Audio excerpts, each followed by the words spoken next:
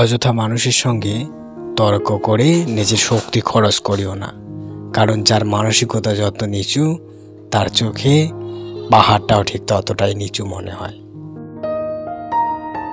যে মানুষটা কাউকে ঠকাতে চায় না সেই মানুষটাই প্রত্যেক জায়গা থেকে ঠকে আসে, কারণ সে সবাইকে তার মতোই সরল ভাবে।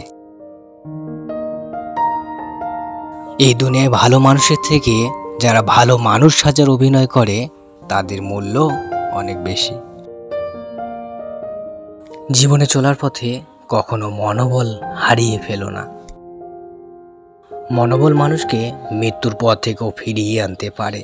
সুতরাং যার মনোবল যত বেশি তার সফলতা হওয়ার সম্ভাবনাও তত বেশি। নিজেকে ভালো রাখতে নিজের বুদ্ধিতেই চলুন, কারণ আপনার চোখের জল মোছাতে অন্য কেউ আসবে না, সকলেই সুযোগ নিতে আসবে। কিছু জিনিসকে নিজের মতো করে ছেড়ে দাও, যা হবার এমনিতেই হবে। মনে রাখবেন, অতিরিক্ত চিন্তা মানুষের সুখ কেড়ে নেয়।